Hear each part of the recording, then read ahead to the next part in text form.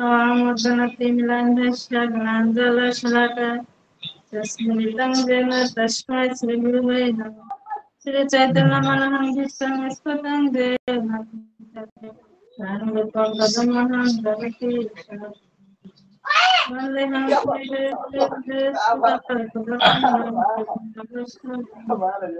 श्रीरूपां सर्वगतं सर्वगतं साधुतं सवदितं कृष्णचैतन्यं कृष्णचैतन्यदेवं श्रीराधकृष्णपादं सर्वललिता श्रीविशाखाय नमां विष्णुपदाय कृष्णप्रेष्ठाय भूतले श्रीमते जयपताका स्वामिनिति नामिने नमो आचार्यपदाय निताय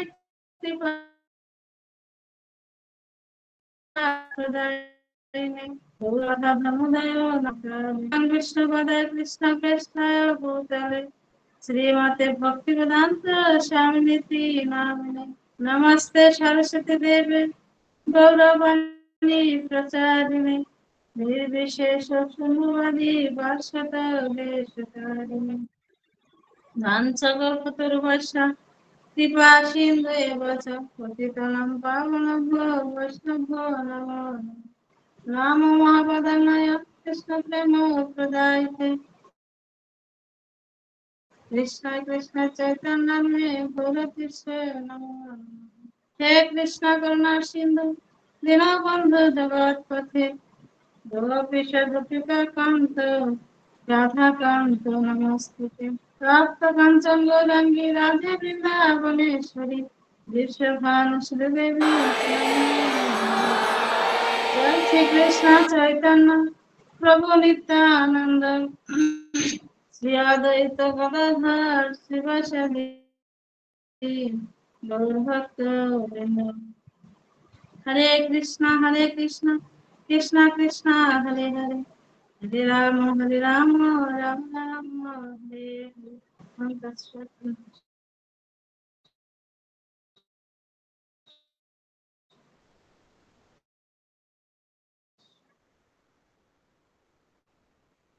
চৈতন্য চরিতামৃতের চতুর্থ অধ্যায়ের শ্লোক নম্বর হচ্ছে 10 থেকে শুরু। তা আমরা 10 নম্বর শ্লোক থেকে আমরা আলোচনা করব।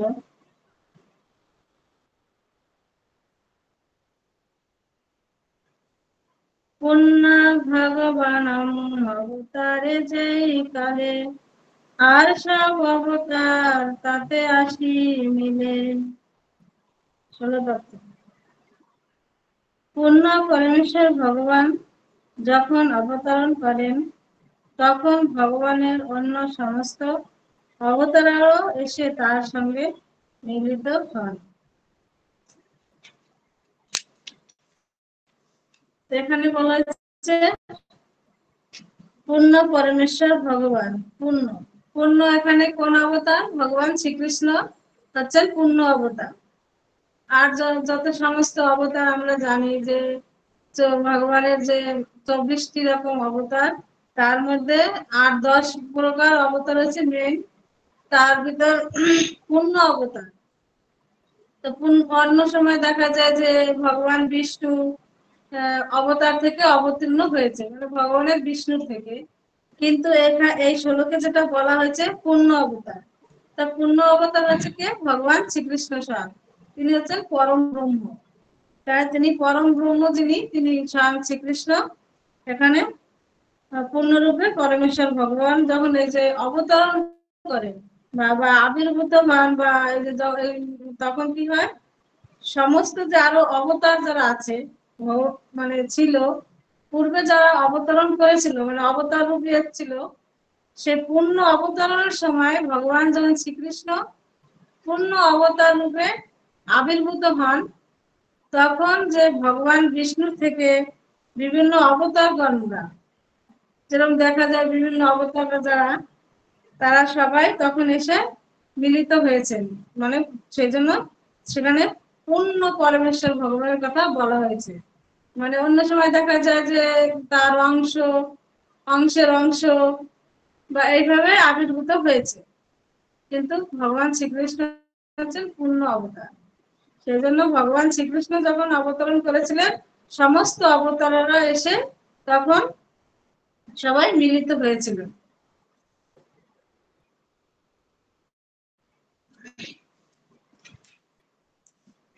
শ্লোক 11 এবং 12।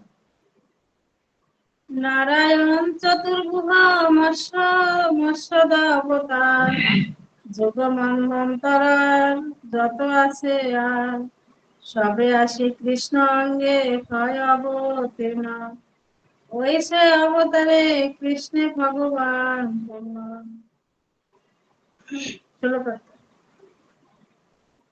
নারায়ণ, চতুর্ভুজ, বাসুদেব, শঙ্কর্ষণ, প্রদ্যুম্ন ও অনিরুদ্ধ, মৎস্য আদি, লীলা অবতার, যুগ অবতার, মন্বন্তর অবতার এবং অন্য সমস্ত অবতারেরা শ্রীকৃষ্ণের সঙ্গে আবির্ভূত, ভগবান শ্রীকৃষ্ণের সঙ্গে মানে অঙ্গে অবতারা শ্রীকৃষ্ণের অঙ্গে অবতীর্ণ হন।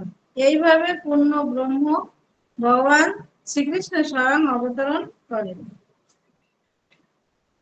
তা এখানে ভগবানের যে অবতারের কথা বলা হয়েছে, ভগবানের যে অসংখ্য অবতার, তো অসংখ্য অবতারের মধ্যেও আবার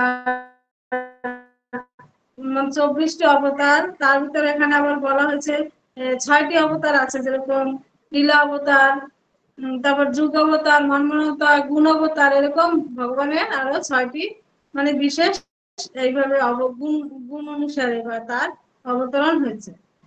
24টি হচ্ছে ভগবানের অবতার এবং 10টি হচ্ছে মেন, এবং যেটা তার 6টি মানে গুণ সম্পূর্ণ, নীলা অবতার, যুগ অবতার, মন্বন্ত অবতার, মানে গুণ অবতার, মানে এইভাবে ইত্যাদি আরো যে 6টা অবতার আছে।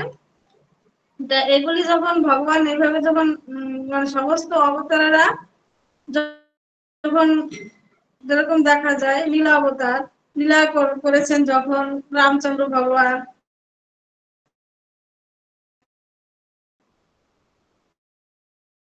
যুগ অবতার মানে যুগ অনুসারে যেরকম দেখা যায় সপ্ত যুগে মানে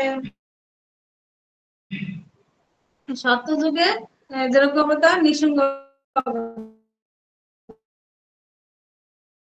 অবতার,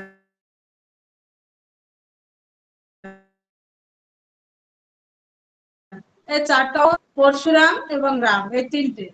তারপরে দ্বাপর যুগে হচ্ছে কৃষ্ণ বলরাম, এবং কলির যুগে রয়েছে বুদ্ধ অবতার, এবং সামনে কল্কি অবতার আসবে, এইগুলো এর হচ্ছে যুগ অবতার। তারপর মন্মন অবতার মানে বিভিন্ন 4টা যুগের আগে মন্মন্ত্র হিসাব হতো, মন্মন্ত্র বলে এরকম, মানে তখন যুগ শুরু হয় না, যে 4টি যুগের যুগ হিসাবে আগে মন্মন্থন হিসাব করা হতো। তারপরে যখন এইভাবে তারপর গুণ অবতার, ভগবানের যে গুণ, যারা গুণ নিয়ে ভগবান স্বয়ং যখন আবির্ভূত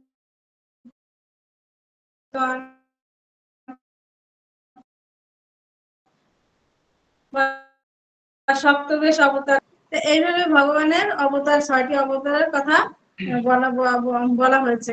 তাহলে যখন ভগবান শ্রীকৃষ্ণ মানে মানে অবতরণ করেন, মানে অবতারেরা তখন শ্রীকৃষ্ণের অঙ্গে মানে ভগবানের অঙ্গে অবতীর্ণ হন। এই যে যত সমস্ত অবতাররা অবতরণ করেছিলেন, তারা যখন ভগবান শ্রীকৃষ্ণ অবতরণ করেছেন, তখন সমস্ত এই অবতারগুলি তখন তার অঙ্গে অবতীর্ণ হয়েছিল। এভাবে পূর্ণ ব্রহ্ম ভগবান শ্রীকৃষ্ণ স্বয়ং অবতরণ করেছিলেন। ভগবান যে শ্রীকৃষ্ণ, তিনি যে পরম ব্রহ্ম, সেই পরম ব্রহ্ম স্বয়ং আবির্ভূত হয়েছিলেন শ্রীকৃষ্ণ রূপে। কখন? দ্বাপর যুগে। দ্বাপর যুগে শ্রীকৃষ্ণ এবং বলরাম দুজনে, তাদের যেরকম সংকর্ষণ, ভগবানের যে ভগবান বিষ্ণু, ভগবান পরম ব্রহ্ম যখন চাইলেন যে তিনি সবকিছু সৃষ্টি করবেন, তখন নিজেকে 3 বিষ্ণু রূপে প্রকাশ করলেন। তাহলে 3 বিষ্ণুর আগে যখন উনি, তখন কি হয়েছিল? সংকর্ষণ রূপে মানে তার প্রথম প্রকাশ সংকর্ষণ, সংকর্ষণকে যে অনন্ত নাগ। তারপর বাসুদেব ভগবান, বাসুদেবের কথা বলা হয়েছে। তারপর প্রদ্যুম্ন, অনিরুদ্র। তারপর এইভাবে তারপর যে ভগবান বিষ্ণুর যে মানে নারায়ণ, চতুর্ভুজ মানে চার, মানে চতুর্ভুজ মানে মানে বিষ্ণুর যে 4 হাত সম্পূর্ণ যে নারায়ণ, এইভাবে তখন তিনি আবির্ভূত হয়েছিলেন। শ্লোক নম্বর 13। অতএব বিষ্ণু তখন কৃষ্ণের শরীরে বিষ্ণুর দ্বারে করে কৃষ্ণ অসুর সংহারে। শ্লোক অর্থ। সুতরাং তখন শ্রীকৃষ্ণের শরীরে বিরাজমান বিষ্ণুর দ্বারা শ্রীকৃষ্ণ অসুর সংহার করেন। তা আমরা দেখতে পাই যে ভগবান যেরকম দ্বাপর যুগে যখন আবির্ভূত হয়েছিলেন, পরম ব্রহ্ম যিনি মানে পূর্ণ পূর্ণ অবতার, তখন তিনি অনেক অসুরদেরকে বধ করেছে। শুধু কংসকে না, মানে ছোটবেলা জন্ম মানে শিশুকাল থেকে বিভিন্ন অসুরদেরকে উনি বধ করেছেন। কিন্তু অন্যান্য অবতারে দেখা যায় ভগবান একটা যে কোনো একটা কার্য সিদ্ধি করে তিনি আবার চলে গিয়েছেন। যেরকম মানে মৎস্য অবতার যখন হয়েছিল, তখন যখন এই মন্বন্তর শুরু হওয়ার, যখন প্রলয় ঘটবে মানে যুগের আগে, যখন এই যুগ শুরু হবে, তখন তিনি মৎস্য অবতারে আবির্ভাব হয়ে তখন বলেছিল যে তখন যে মনু ছিল, ব্রহ্মার পুত্র যে মনু, মনুর থেকে এই মানুষ্য জন্ম মানে মানুষ্য শরীর মনুর থেকে। তো মনু যখন এই মন্বন্তরে যখন তার জন্ম মনু, সেই তখন তারপরে তখন যখন প্রলয় ঘটবে, যখন যুগ শুরু হবে, তখন ভগবান তখন মৎস্য রূপে আবির্ভূত হয়ে সেই মনুকে উপদেশ দিয়েছিল যে এইভাবে এই মানে সৃষ্টি রক্ষা করতে হবে। যেরকম বলেছিল যখন প্রলয় ঘটবে, যেহেতু তিনি প্রলয় ঘটান কার দ্বারা? মহাদেবের দ্বারা, মানে মহাবিষ্ণুর থেকে যে মহাদেব, তিনি প্রলয় মানে তিনি এই কার্য সম্পাদন করার জন্য নিজেই আবার পালন করছেন, সৃষ্টি করছেন, আবার সংহার করছেন। তা তিনি যখন মানে সৃষ্টি করছেন, আবার ব্রহ্মা রূপে তিনি সৃষ্টি করছেন, আবার তিনি যখন পালন করছেন স্বয়ং বিষ্ণু, তিনি পালন করছেন প্রতিটি জীবকে। আবার যখন প্রলয় ঘটবে, তখন তিনি মহাবীর মানে মহাদেব রূপে তিনি সংহার করছেন। এইভাবে যখন মৎস্য অবতারে যখন ভগবান আসে, তখন সেই রাজাকে বলেছিল মনুকে যে এইভাবে প্রলয় ঘটবে, তাহলে যেহেতু সৃষ্টি বাঁচিয়ে রাখতে হবে, সেই জন্য বলেছিল যে এরকম সমুদ্রে যখন ঢেউ হবে, প্রলয় ঘটবে, তখন বড় একটা নৌকা নিয়ে তুমি জলে মানে সমুদ্রে প্রবেশ করবে, এবং সমস্ত কিছু কিছু জিনিস মানে সৃষ্টির জিনিস কিছু তুমি সঙ্গে নিয়ে রাখবে। এজন্য তিনি সবকিছু জোড়ায় জোড়ায় নিয়েছিল, প্রতিটি মানে কিছু গাছপালা, তারপরে কিছু জীব, এদেরকে নিয়েছিল। এবং সব মানে 7 জন যে ব্রহ্মার পুত্র ছিল, সপ্তঋষি, তাদেরকেও নিয়েছিল, যেহেতু তারা থাকলে এই মানে জীবের কল্যাণ হবে, সেজন্য তাদেরকে সেই নৌকায় করে নিয়ে, এবং ভগবান তখন মৎস্য অবতার হয়ে তিনি তখন নৌকা সেই চালিয়ে, মানে নৌকা এরকম বলছিল আমি থাকবো এই সমুদ্রে, তখন একটা বড় দড়ির দ্বারা সেই মৎস্যর মানে যে পাখায় বেঁধে তিনি চরে নিয়ে ঠেকাই রক্ষা করবে, এই সৃষ্টিকে রক্ষা করবে। সেজন্য তখন তিনি একটা কার্য সম্পাদন করেছিলেন। আবার যখন মানে কুর্ম অবতারে তিনি যখন আবির্ভূত হয়েছিলেন, তখন যেরকম দেবতারা যখন আর অসুররা যখন সমুদ্র মন্থন করছিল, তখন সেই যে সমুদ্র মন্থনের সময় যে মন্থন করার সময় যে এটা রাখবে, যেরকম বাসুকি নাক দিয়ে দড়ি বানানো হয়েছিল, এবং যখন মন্থন করবে সেই পাহাড়টাকে যখন মানে রেখেছিল, তখন ভগবান সেই কচ্ছ ধারণ করে মানে কুমড়ো অবতার হয়ে সেই পিঠে তিনি ধারণ করেছিলেন সমুদ্র মন্থনের সময়, সেই যাতে মানে তার পিঠের উপর রেখে এটা ঘর্ষণ করা হয়। সেই জন্য তিনি তখন একটা কার্য সিদ্ধি করেছিলেন মৎস্যকুল। এবং তিনি যে বামন অবতারে, তারপরে নৃসিংহদেব অবতারে ভক্ত প্রহ্লাদকে তিনি রক্ষা করেছিলেন। তিনি ভক্ত প্রহ্লাদকে মানে রক্ষা করে অসুরকে হিরণ্যকশিপুকে বধ করেছিলেন। সেটা একটা। আবার যখন বামন অবতারে তিনি তখন এই সৃষ্টিকে বা রক্ষা করার জন্য বা সবাইকে ধর্ম শিক্ষা দেওয়ার জন্য তিনি বামন অবতারে এসেছে। রাজা যে বলিকে তিনি তখন শিক্ষা দিয়েছিলেন এবং বলির মাধ্যমে তার শক্তি প্রকাশ করেছিলেন, মানে রক্ষা করেছিলেন এইভাবে। এবং ভগবান যখন আবার দেখা যায় যে রামচন্দ্র তিনি তার যে মানে গৃহস্থ ধর্ম বা এই যে মানব ধর্মের যে কর্তব্য সেগুলি সম্পাদন করছিল। কিন্তু ত্রেতা যুগে যখন ভগবান শ্রীকৃষ্ণ মানে পরম পূর্ণরূপে যখন আবির্ভূত হন, তিনি শিশুকাল থেকে মানে তার বিভিন্ন অসুরদেরকে বধ করেছিলেন। যেরকম একেবারে শিশু জন্মের মানে কিছুদিন পরের মধ্যে বড় পুতনা রাক্ষসী, সে পুতনা রাক্ষসীকে প্রথমে স্তন বিষ মাখানো মানে স্তন দিয়েছিল, স্তন পান করে সেই পুতনার প্রাণ হরণ করেছিল। তো দেখা যায় যে ভগবান শিশুকাল থেকে বিভিন্ন অসুরদেরকে, অগাসুর, বগাসুর, তারপরে বড় বড় মানে কেশব মানে দত্তদেরকে সেইভাবে মানে বধ করেছে বিভিন্ন অসুর। তারপর এমনকি যে কংসকে যখন বধ করছে, শিশুপালকে, তো এইভাবে বিভিন্ন দেখা যায়। তাহলে ভগবান কিন্তু এই অসুরদেরকে বধ করেন না। যে কেন করেন না? কেন? তিনি হচ্ছেন প্রেমের মানে ভগবান হচ্ছে মাধুর্যময় তার। এই যে পরম ব্রহ্ম যে তিনি হচ্ছেন সবার প্রতি কৃপালু বা সবার প্রতি তিনি মানে সমাদৃষ্টি, কোনো তার কাছে কেউ কোনো ভেদাভেদ নেই। সেজন্য ভগবান শ্রীকৃষ্ণ যখন আবির্ভূত হয়েছেন তিনি কিন্তু কোনো অসুরদেরকে বধ করেননি। তাহলে কে বধ করেছে? তার ভিতর যে বিষ্ণুর যে শক্তি, সেই বিষ্ণুই বধ করেছে। মানে তার অঙ্গে যে বিভিন্ন অবতারের কথা বলেছে, যে সমস্ত অবতারগুলি তার মানে অঙ্গে অবতীর্ণ হয়েছিলেন। তাহলে সেই ভগবান বিষ্ণুর যে শক্তি, সেই বিষ্ণুই সব অসুরদেরকে বধ করেছিলেন। ভগবান শ্রীকৃষ্ণ কোনো অসুরদেরকে বধ করেননি। তাহলে এই শ্লোকের মাধ্যমে আমরা সেটা জানতে পারলাম যে ভগবান কোনো অসুরদেরকে বধ করেননি বা তিনি অসুরদেরকে বধ করার জন্য তিনি আবির্ভূত হননি। কেন তিনি আবির্ভূত হয়েছেন? ভক্তদেরকে সেই প্রেম রস আস্বাদন করার জন্য। তার যে মাধুর্য, ভগবান যে মাধুর্যপূর্ণ, ঐশ্বর্যপূর্ণ, সেটা তিনি প্রকাশ করার জন্য তিনি আবির্ভূত হয়েছেন। এবং যত অসুরদেরকে বধ করেছে সেটা নারায়ণ, তার ভিতর যে বিষ্ণু বা নারায়ণ, সে বধ করেছে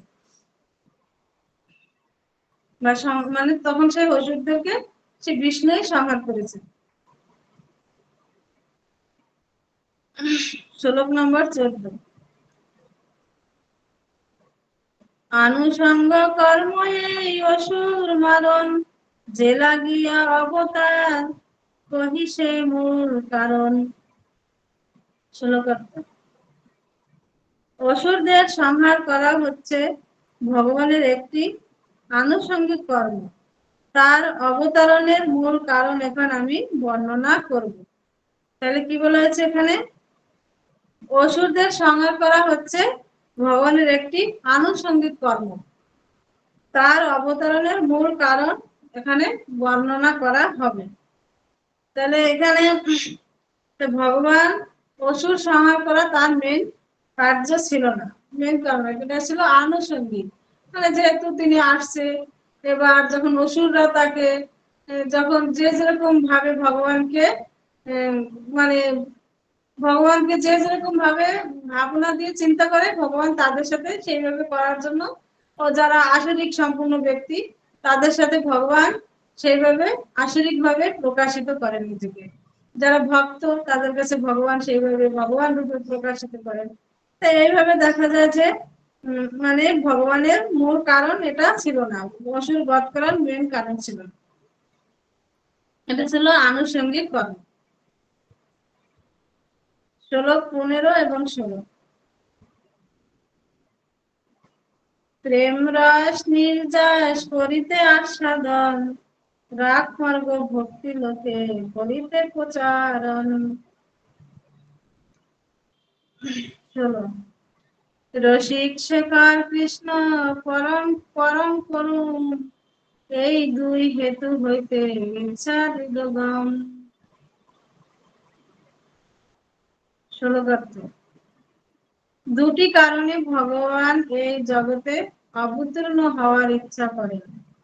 ভগবত প্রেম রসের নির্যাস আস্বাদন করা এবং এই জগতে রাগমার্গ ও স্বর্গত সংস্কৃত অনুরাগের স্তরে ভগবত ভক্তি প্রচার করা। তাই তিনি রসিক শেখর এবং পরম করুণ নামে পরিচিত। তাৎপর্য।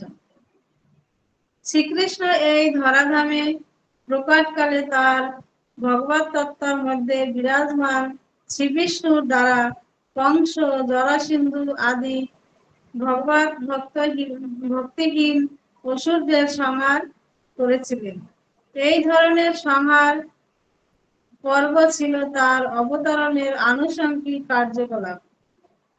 কিন্তু শ্রীকৃষ্ণের আবির্ভাবের মূল কারণ হচ্ছে বৃন্দাবনে অপ্রকৃত লীলাবিলাস করার মাধ্যমে জীবের সঙ্গে তার অপ্রকৃত প্রেম বিনিময়ের দ্বারা প্রেমময়ী সম্পর্কের সর্বোত্তম রস আস্বাদন করা। এই রসের বিনিময়কে বলা হয় রাগ ভক্তি বা অপ্রকৃত অনুরাগের মাধ্যমে ভগবত সেবা। ভগবান শ্রীকৃষ্ণ সমস্ত বদ্ধ জীবদের জানাতে চান যে তিনি বৈধি ভক্তি থেকে রাগ ভক্তির দ্বারাই অধিক আকৃষ্ট হন। বেদে বলা হয়েছে তত্রীয় উপহ রসবৈষহ। পরম তত্ত্ব হচ্ছেন সব রকম প্রেম অনুভূতি বিনিময়ের পরম কারণ। তিনি হচ্ছেন পরম করুণাময়। তাই তিনি আমাদের রাগ ভক্তি প্রদান করতে চান। এইভাবেই তিনি তার অন্তরঙ্গ শক্তিতে প্রকাশিত হন। বহিরঙ্গ শক্তির দ্বারা নিয়ন্ত্রিত হয়ে তিনি আবির্ভূত হন না। এখানে এই শ্লোকে বলা হয়েছে ভগবানের অবতরণের কারণ হচ্ছে দুইটি। দুইটি কারণ কি কি? প্রেম রসে নির্যাস আস্বাদন করা এবং এই জগতে রাগমার্গ ও স্বতঃস্ফূর্ত অনুরাগের স্তরে ভগবত ভক্তি প্রচার করা। তাই দুইটা কারণ হচ্ছে কি কি? একটা হচ্ছে প্রেম রসে নির্যাস আস্বাদন করা, আরেকটি হচ্ছে রাগমার্গ বা স্বতঃস্ফূর্ত অনুরাগের স্তরে ভগবত ভক্তি প্রচার করা। তাহলে এখানে ভগবানের অসুর সংহার করা কোনো কারণ ছিল না, যেহেতু এখন অসুররা এসে পড়েছে বা এরকম এর জন্য কার্য করতে হয়েছে, কিন্তু সেটা করেছেন ভগবান বিষ্ণু। সেটা ভগবান শ্রীকৃষ্ণ সেটা করেননি। এবং তার দুটো কারণ হচ্ছে প্রেম প্রেম রসে নির্যাস আস্বাদন করা। তো এই যে প্রেম রস, তাই প্রেম রসটা তিনি যখন আস্বাদন করেছিলেন কোথায় বসে?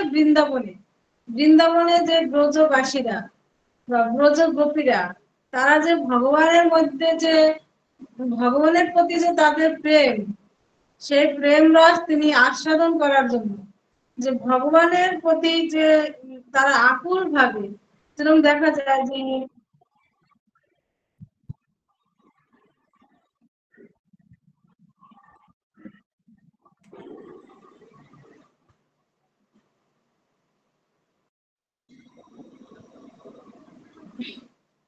দেখা যায় যে বৃন্দাবনে যখন তিনি আবির্ভূত হন, তখন গোপীরা বা ব্রজবাসীরা ভগবানের প্রতি এতটা প্রেম রসের প্রেমের এতটা মাধুর্য ছিল, যেরকম তারপরে দেখা যায় ঋষি পত্নীরা যখন ভগবানের প্রতি, ঋষি পত্নীদের ছিল এরকম নিয়ম যে তারা বাইরে বেরোতে পারবে না, তারা সবসময় ঋষিরা যা কার্যক্রম করবে তাতে তারা সহযোগিতা করবে। কিন্তু তারা যখন এতটা ভগবানের প্রতি আকুল হয়ে তখন তারা এমন এক সময় করলো যে তাদের স্বামীদের জন্য রান্না করেনি, ভগবান শ্রীকৃষ্ণের জন্য রান্না করে তারা লুকিয়ে সেই বৃন্দাবনে নিয়ে, যখন ভগবান যখন মানে গাভী চড়াইতে যেত, তখন তারা কি করেছিল, লুকিয়ে ভগবান শ্রীকৃষ্ণের জন্য সেখানে সমস্ত রান্না তারা নিয়ে গিয়েছিল। এবার যখন দেখা যায় যে ব্রজবাসীরা তারা নিজের সন্তানের থেকে, নিজেদেরও সন্তান আছে, নিজেদের সন্তানের থেকেও কৃষ্ণের প্রতি আকর্ষণ ছিল তাদের, তাদের মনে মনে চিন্তা ছিল যে আমাদের যদি কৃষ্ণ যদি আমাদের পুত্র হতো, পুত্রের ছেলেরও তাদের নিজের ছেলেদের থেকে কৃষ্ণের প্রতি তাদের স্নেহটা বেশি ছিল। সেই প্রেম রস আস্বাদন করার জন্য গোপীরা যেরকম তাদের সংসার ধর্ম ত্যাগ করে সবসময় ভগবানের চিন্তায় তারা মুগ্ধ হয়ে থাকতো, ভগবানের চিন্তায় তারা সর্বক্ষণ ভগবানকে কিভাবে সন্তুষ্ট করা যায়, ভগবানকে কিভাবে কিভাবে খুশি হবে সেই সব চিন্তা করতো সবসময়। এখানে সেটা বৈদিক ভক্তি এবং রাগ ভক্তির মধ্যে দুটো পার্থক্যের কথা বলা হয়েছে এখানে। বৈদিক ভক্তির থেকেও রাগ ভক্তিটা হচ্ছে অনেক বেশি ভগবান আকৃষ্ট হয়। তাই দুইটা যে ভক্তি, বৈদিক ভক্তি এবং রাগ ভক্তি, তাহলে বৈদিক ভক্তিটা হচ্ছে কিরকম, বৈদিক ভক্তিটা হচ্ছে নিয়ম, একেবারে নিয়ম আগ্রহ, নিয়ম আগ্রহ এই সময় আমার করতে হবে এটা, টাইম অনুসারে, যে আমার এখন এই টাইমে আমার আর যত যা আছে সব ফেলে আমি এই সময় জবটা আমি কমপ্লিট করতে হবে। তারপরে দেখা যায় যে বিভিন্ন উপবাস যে করতেই হবে এগুলি, বা এগুলো করতে লাগবে, এরকম একাদশী, যেরকম তীর্থযাত্রা, এগুলি হচ্ছে বৈদিক ভক্তি। তা বৈদিক ভক্তি করলে কি হয়, ভগবানের প্রতি ভক্তি বাড়ে, তখন আমরা এগুলি করতে করতে তখন আমরা রাগ ভক্তির থেকে আমরা পৌঁছাতে পারবো। তাই বৈদিক ভক্তিটা এরকম হচ্ছে যে আজকে আমি 5 রকম দিয়ে প্রতিদিন আমি পঞ্চব্যঞ্জন দিয়ে আমি ভগবানকে নিবেদন করব, এবং ওইটা আমার করতেই হবে, এগুলো হচ্ছে নিয়ম আগ্রহ। তা এই যে নিয়ম আগ্রহ, এই নিয়ম আগ্রহ থেকে হচ্ছে ভগবানের যেটা রাগ ভক্তি, সেটাই ভগবান বেশি আকৃষ্ট হয়। তাহলে বৈদিক ভক্তির থেকে রাগ ভক্তি এটা হচ্ছে বেশি গুরুত্বপূর্ণ। তো বৈদিক ভক্তি আমাদের করতে হবে, যেহেতু আমরা যদি বৈদিক ভক্তি না করি তাহলে আমরা ভগবানের প্রতি আকৃষ্ট হব না, আমরা তো অনেক পিছিয়ে আছি। এর জন্য যদি আমরা বৈদিক ভক্তি করতে করতে আমরা সেই রাগ ভক্তিতে আমরা পৌঁছতে পারবো, তাহলে রাগ ভক্তিতে যখন পৌঁছতে পারবো তখন আমরা ভগবানকে সন্তুষ্ট করতে পারবো, এবং ভগবান তখন সেটার প্রতি বেশি আকর্ষণ হন, এবং ভগবান তখন সেটা সন্তুষ্ট হন, আকৃষ্ট হন। তাই আমাদের যেরকম বৈদিক ভক্তিটা বোঝা গেল এবার, যে এটা হচ্ছে নিয়ম, যে এই সময় আমার 4টার সময় আমার মঙ্গল আরতি করতে হবে, 4:30টার সময় আমার মঙ্গল আরতি করতে হবে, আমার তার আগে ঘুম থেকে উঠতে হবে, আমার 16 মালা জপ কমপ্লিট করতে হবে, তার বেশি আমার মালা জপ করতে হবে, বা এইভাবে এটা হচ্ছে বৈদিক ভক্তি। আর যখন প্রেম যখন রাগ ভক্তির উদয় হবে এই বৈদিক ভক্তি পালন করতে করতে, তখন রাগ ভক্তি যখন আসবে, তখন রাগ ভক্তিটা হচ্ছে কিরকম, ভগবানের প্রতি প্রেম এবং ভালোবাসা। তা প্রেম জিনিসটা আমরা সবাই জানি যে প্রেম ভালোবাসা কিরকম, যেরকম আমরা একটা যখন শিশুর প্রতি কি থাকে, আমাদের ভালোবাসা প্রেম, তখন শিশুটাকে কিভাবে আমি যত্ন করব, কিভাবে আমার শিশুটাকে ভালো করে লালন পালন করব, কিভাবে আমার শিশুটার যাতে কষ্ট না হয় সেইভাবে আমি যখন দেখব, সেরকম ভগবানকে যেরকম দেখা যায় যে প্রেমের ক্ষেত্রে, যে যখন প্রেমিক এবং প্রেমিকা যখন দুজন আকৃষ্ট দুজনের প্রতি যখন, তখন কি করে দুজনকে দুজন সন্তুষ্ট করার জন্য চেষ্টা করে, যে কিসে সে সন্তুষ্ট হবে, যে কিভাবে তাকে দিলে, তখন মুখে যদি বলি আমি তোমাকে ভালোবাসি ভালোবাসি, সেটা কিন্তু কেউ সন্তুষ্ট হবে না, সেটার জন্য কি করতে হবে, তাকে সেটা দেখাইতে হবে যে আমি তাকে কতটা ভালোবাসি। তাহলে সেটা হচ্ছে ভগবানের প্রতি এটা আমাদের করতে হবে, যে আমি তোমাকে কত ভালোবাসি, যেরকম ভগবানের প্রতি এই যে ভালোবাসা বা প্রেম, তা এটা হচ্ছে রাগ ভক্তি। তো রাগ ভক্তিটা কি, যে আমাদের এখন এই যে প্রচুর গরম পড়ছে, এখন আমার যেরকম ঘেমে যাচ্ছি বা আমার গরম লাগছে, এটা মনে কর অনুভব করতে হবে যে ভগবানও ঘেমে যাচ্ছে, ভগবানেরও কষ্ট হচ্ছে, তার প্রতি সেই যে তখন তার ঘরে একটা ফ্যান লাগানোর ব্যবস্থা করতে হবে বা করে, তখন এটা এইভাবে যখন ভগবানের আমাদের এত খিদে পাচ্ছে, তাহলে ভগবানের তো খিদে পাচ্ছে, ভগবানকে খেতে দিতে হবে। ভগবানের কিন্তু এসব আমাদের খাবারের কোনো প্রয়োজন নেই, কারণ তিনি হচ্ছেন এই বিশ্ব ব্রহ্মাণ্ডের মালিক, এবং তার যে সেবা করে 1970s के লক্ষ্মী दशक দেবী, में সে कुछ হচ্ছে एस्ट्रोनॉमर সবকিছুর অধীশ্বরী। তাহলে তার কি আমাদের এই খাবারের কি প্রয়োজন আছে? কিন্তু এটা হচ্ছে আমার ভগবানের প্রতি আমার যে প্রেম, আমার যে ভালোবাসা, সেটা ভগবানের কিছুর অভাব নেই বা তার কিছু প্রয়োজনের অভাব নেই, মানে দরকারও হয় না। কিন্তু আমরা যে ভগবানের প্রতি, ভগবান কি চায়? প্রেম চায়। ভগবান প্রেম চায় শুধু, আর সেই প্রেমে তিনি বাধা পড়েন। যেরকম মা যশোদার কাছে, যাকে মুনি ঋষিরা যুগ যুগ ধরে তপস্যা করে তাকে ধ্যানেও পায় না, যুগ যুগ তপস্যা করেও পায় না, তাকে মা যশোদা পুত্র স্নেহে তাকে দড়ি মানে দাম বন্ধনে তাকে আবদ্ধ করতে আছে, মানে দড়ি বন্ধনে তাকে বাঁধতে পেরেছে। তাহলে কেন? সে প্রেমের বা সেই ভালোবাসার কারণে তিনি পেরেছেন। তাহলে এইভাবে দেখা যায় যে ভগবান ভক্তের কাছে এইভাবে ধরা পড়েন, যেখানে মুনি ঋষিরা যুগ যুগ তপস্যা করেও তাকে পায় না, ধ্যান করেও তাকে পায় না, কিন্তু প্রেম আর ভালোবাসার কারণে ভগবানকে পাওয়া যায়। এইভাবে এটা হচ্ছে রাগ ভক্তি আর বৈদিক মানে বৈদিক ভক্তির মধ্যে এটা হচ্ছে মানে দুটোর যে বর্ণনা করা হলো এটা। তো বৈদিক ভক্তিটাও আমাদের প্রয়োজন। আমরা যদি বৈদিক ভক্তি না করি, তাহলে আমরা সেই রাগ ভক্তির একটা জানো, তা আমরা তখন রাগ ভক্তিতে আমরা পৌঁছাতে পারবো না।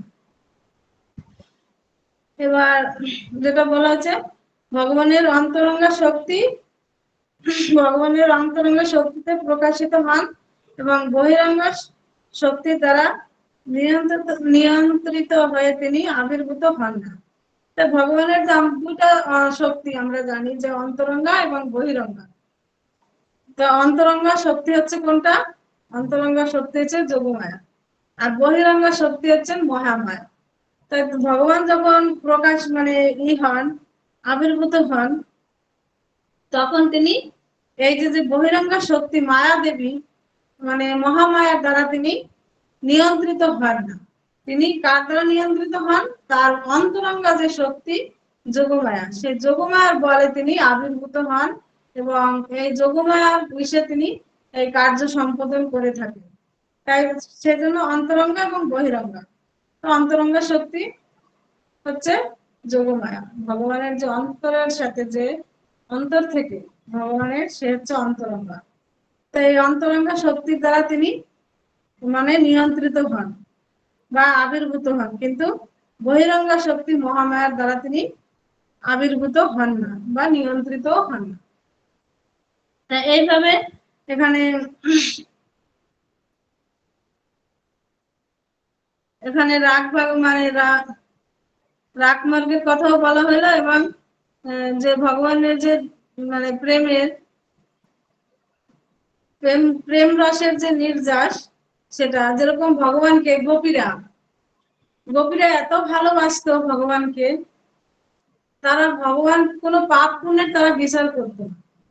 তাহলে সেটার জন্য কিরকম একটা মানে কাহিনী আমি বলবো। তাহলে যখন একবার ভগবান মানে যখন দ্বারকায় ছিলেন, দ্বারকা যখন রাজত্ব করছিলেন, তখন তিনি একসময় মানে লীলা মানে বুঝানোর জন্য যে প্রেম আর যে তার যে দ্বারকা যে মানে যে 16,000 যে 108 জন যে মানে স্ত্রী ছিল, তারা যে এত ভালো সেবা করতো, এতগুলো স্ত্রী তারা সেবা করতো, কিন্তু তারপরও ভগবানকে তারা সন্তুষ্ট করতে পারেনি। কিন্তু রাধা রানী বা গোপীরা মানে যে ভালোবাসা বা যে প্রেম দিয়েছিল, সেটা ভগবান কিছুতেই বলতে পারছিল না। তখন আর কি একদিন মানে তখন ওই রুক্মিণী সমেত সবাই ভাবতো যে আমরা ভগবান শ্রীকৃষ্ণকে আমরা এত রানীরা আমরা মিলে, তারপরও তাকে আমরা কেউ সন্তুষ্ট করতে পারছি না। কিন্তু সে সবসময় চিন্তা করে সেই ব্রজের নীলা, ব্রজের সেই গোপীদের নীলা। তাই ব্রজের গোপীদের মধ্যে এমন কি ছিল যেটা আমরা করতে পারছি না, বা যেটা আমাদের মধ্যে নেই, বা আমরা সেটা করতে পারছি না। তো এইভাবে একদিন পরীক্ষা করার জন্য, সব বুঝানোর জন্য তখন কি করলো, নারদ মুনিকে তখন ভগবান একটু মানে অসুস্থ ভাব দেখালো, যে আমার খুব মাথা ব্যথা।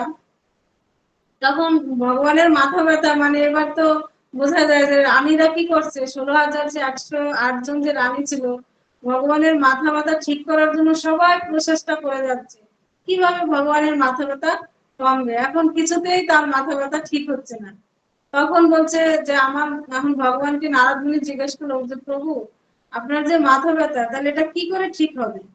আপনার তো এত সেবা করা হচ্ছে, এত আপনার মাথা ব্যথাই কমছে না, তাহলে কি হবে? তখন বলছে যদি কোনো ভক্ত তার চরণ ধুলি আমাকে দেয়, সেই চরণ ধুলি যদি আমার কপালে লাগাই তবে সে আমার মাথা ব্যথা ঠিক হয়ে যাবে। এখন তো এই কথা শোনাতে এখন নারদ মুনি সব সেই 16,008 জন যে স্ত্রী, তাদের সবার কাছে এরকম চরণের ধুলা চাইলো। সবাই তো ভয়ে মানে মানে সবাই তো ভয় পাচ্ছে যে প্রভু তার মাথা ব্যথা, সেখানে আমাদের পায়ের ধুলে দেবো, এটা তো কখনোই দেওয়া সম্ভব না। মানে তারা কেউই দিতে সাহস পায়নি। মানে তখন এইভাবে কেউ দিচ্ছে না। তখন নারদ মুনিকে বললো যে তাহলে তুমি দাও। তখন নারদ মুনি সেও বলছে ভয়ে, মানে সেও হয়ে গেছে, না আমি এটা কখনোই দেওয়া আমার পক্ষে সম্ভব না। তখন সে কি করলো, সব মানে কৈলাসে গেল, মানে মহাদেব দিতে মানে প্রস্তুতি না, ব্রহ্মা সবাই কেউই, দেবতারা কেউই দিতে রাজি না। তখন এখন দেখছে যে তাহলে কি প্রভুর মাথা ব্যথা কি ঠিক হবে না, এইভাবে কি সে কষ্ট পাবে? এইভাবে ঘুরে ঘুরে কেউই সেই মানে পদধূলি দেওয়ার কেউই সাহস কেউই নেই, বা সেই প্রেম কারো মধ্যে নেই। সবাই তাকে, যেটা বলা হচ্ছে যে বৈদিক ভক্তি, সবাই বৈদিক ভক্তি করছে কিন্তু রাগ ভক্তি কেউ মধ্যে ছিল না তাদের মধ্যে। তারা কি করছিল, বৈদিক ভক্তি অনুসরণ করছিল। তো এইভাবে যখন ঘুরতে গেছে তখন ভাবলো নারদ মুনি ভাবলো যে সব জায়গা তো আমার ঘোরা হয়ে গেল, তাইলে এবার একটু আমি ব্রজে যাই, ব্রজে যেয়ে দেখি কেউ যদি দেয়। তখন ব্রজে গিয়েছে। ব্রজে যখন গিয়েছে, যখন বলছে, নারদ মুনিকে তো দেখে সবাই ছুটে আসছে। মানে সবার তো ইচ্ছা যে নারদ মুনি তো সব জায়গায় ঘুরে বেড়ায়, নারদ মুনির থেকে আমরা একটা কোনো সংবাদ পাবো বা একটা সংবাদ দিতে পারবো শ্রীকৃষ্ণের কাছে। তখন নারদ মুনিকে দেখে সবাই ছুটে আসছে আনন্দে। এখন নারদ মুনিকে যখন জিজ্ঞাসা করছে, নারদ মুনি বলছে ভাই আমি দ্বারকা থেকে এসেছি। তখন গোপীরা বলছে আমার কৃষ্ণ কেমন আছে, আমার কৃষ্ণ ঠিক আছে তো? মানে সবাই আকুল হয়ে এই একটাই প্রশ্ন, যে আমার কৃষ্ণ ঠিক আছে, আমার কৃষ্ণ ঠিক মতন খাওয়া দাওয়া করছে, মানে এরকম সবাই। তখন নারদ মুনি বললো যে হ্যাঁ আমি সেখান থেকে এসেছি। তাহলে প্রভুর একটা বিষয় মানে একটা সমস্যা হয়েছে, তার খুব মাথা ব্যথা কিছুতেই কমছে না। তাই বলছে, তখন গোপীরা শুনে বলছে মাথা ব্যথা, তাহলে আমাদের প্রভুর মাথা ব্যথা কি করে, মানে কি করলে আমাদের প্রভুর মাথা ব্যথা ঠিক হয়ে যাবে সেটা বলুন নারদ মুনিকে। সবাই আকুল হয়ে এটাই মানে প্রশ্ন করছে যে কি করে আমাদের প্রভুর মাথা ব্যথা ঠিক হবে সেটা বলুন। তখন নারদ মুনি বলল, যদি কেউ চরণের ধুলি দেয়, পদধূলি দেয়, সেই ধুলি যখন প্রভুর মাথায় দেওয়া হবে তখন তার মাথা ব্যথা ঠিক হয়ে যাবে। এইভাবে যখন তখন তো গোপীরা শোনার সাথে সাথে আর কোনো প্রশ্ন না, সবার মানে মানে মানে ঝেড়ে ঝেড়ে সবাই সেই ধুলা দিয়ে দিচ্ছে। মানে মানে যত গোপীরা ছিল যারা শুনেছে সবাই এসে মানে সেই পদর থেকে সবাই ধুলি যাচ্ছিল, সে ধুলি ঝেড়ে ঝেড়ে ভালো করে সুন্দর মানে দিচ্ছে যে আমার প্রভুর মাথা ব্যথা মানে এইভাবে যখন দিচ্ছে। তখন নারদ মুনি তখন অবাক হয়ে দেখলো যে কেউ এই সাহসটা হলো না যে কেউ চরণ ধুলি প্রভুর মাথায় দেবে, মানে এই সাহস আমাদের কেউরই হয় না। এই ব্রজ গোপীরা তারা কত উচ্চ মার্গের, যে তারা এই মানে প্রভুর মাথা ব্যথা যখন শুনেছে, তারা কোনো পাপের বিচার করেনি যে আমার পাপ হবে না পুণ্য হবে। তারা যখন প্রভু মানে শুনেছে যে তার মাথা ব্যথা, সে অসুস্থ, তাদের একমাত্র উদ্দেশ্য হয়েছে যে কিভাবে তাকে আমরা সুস্থ করবো, তাতে তাদের পাপ হোক বা নরকে যেতে হয় তারা সেটা নিয়ে ভাবেনি বা ভাবেও না। তো এটা হয়েছে রাগ ভক্তি। তারা যখন এইভাবে যখন দেখছে যে প্রভুর কিভাবে মানে মাথার ব্যথা ঠিক হবে, তখন নারদ মুনি জিজ্ঞাসা করছিল আর মনে মনে ভাবলো, তখন বলেছিল যে প্রভুর মাথা ব্যথা তোমরা এইভাবে প্রভুকে দিয়ে দিলে চরণের ধুলি। তখন বলছে আমরা ওসব কিছু চাই না, আমার প্রভু কিভাবে ঠিক হবে সেটাই আমরা চাই, সেটা যেখানে যেতে হয় যা হবে হবে, আমাদের প্রভু আমরা সুস্থ থাকতে চাই। তখন নারদ মুনি তখন সেখানে বসে উপলব্ধি করলো যে তাহলে বোঝো গোপীদের মধ্যে কত ভগবানের প্রতি যে ভাব বা এই যে প্রেম, সেটা কারোর মধ্যে নেই। সে সব জায়গায় তো দেবতাদের কাছে যে স্বর্গ থেকে ঘুরে আসছে, কৈলাসে যে সপ্তলোকে ব্রহ্মার কাছে, এমনকি তার যারা স্ত্রী সহধর্মিনী তারাও কিন্তু কে সেই মানে রাগ ভক্তিতে বা যে রাগ মার্গে তারা কিন্তু পৌঁছাতে পারেনি। একমাত্র গোপীরাই সেই রাগ মার্গে মানে সেবা করছে বা সেই রাগ মার্গে তারা আছে। কিন্তু অন্যরা যারা তারা ভক্তি করছে বা ভগবানকে সেবা করছে বৈদিক ভক্তিতে। তো এইভাবে যখন মানে সেই কবিরা যখন দিল, তখন নারদ মুনি উপলব্ধি করলো এবং তারপর এসে ভগবানের সেই মাথায় সেই গোপীদের চরণ ধুলি যখন ভগবানের মাথায় লাগালো, ভগবান তো এমনি মানে সুস্থ ছিল, কিন্তু তিনি এটা বোঝানোর জন্য তিনি এটা করেছিল, যেহেতু এটা দেখাইতে চেয়েছিল যে বৈদিক ভক্তি এবং রাগ ভক্তির মধ্যে পার্থক্যটা। তাহলে যখন এবার গোপী মানে সেই দ্বারকার যে মহিষীরা তারা তখন বুঝতে পারলো যে তাহলে কতটা কৃষ্ণকে তারা ভালোবাসে, তাহলে তখন আমরা এত ভালোবাসি এত যত্ন করি, তার মানে হাতের জল শুকায় না ভগবানের, মানে এত তার স্ত্রীরা সেবা করে। মানে একজন হয়তো ভগবান যখন বিশ্রামে যায় একজন পা মানে পদ সেবা করে, একজন হাওয়া করে, একজন মানে ভগবানের জন্য কিভাবে কি মানে রাখা যায় ভগবানের করার জন্য এইভাবে সেবা করছে। কিন্তু আর গোপীরা এই যে রাগ ভক্তি, তখন সেই মহের্ষিরা তখন তারা উপলব্ধি করতে পারলো যে এর জন্য কৃষ্ণের মন সবসময় ব্রজে পড়ে থাকে। সেই রাগ মানে তাদের মধ্যে এত প্রেম, এত মানে ভালোবাসা কৃষ্ণের প্রতি। সেই জন্য ভগবান বলছে আমি সেই মানে রাগ ভক্তিতে আমি আকৃষ্ট হই বা ভগবানকে সন্তুষ্ট করা যায় বা সেই ভক্তির জন্য। তাহলে এবার এটা বোঝা গেল এই আলোচনা থেকে যে বিধি ভক্তি এবং রাগ ভক্তি যেটা, তা আমাদের বৈদিক ভক্তিও করতে হবে, যে নিয়মগুলি করতে হবে, এগুলো কি হবে আমরা সেই রাগ ভক্তিতে পৌঁছাতে পারবো বিধি ভক্তি অনুসরণ করতে করতে বা এগুলো পালন করতে করতে। সময় তো শেষ, হরে কৃষ্ণ। এখানে আমরা আলোচনা বিশ্রাম করব। তো পরবর্তী যে প্রোগ্রাম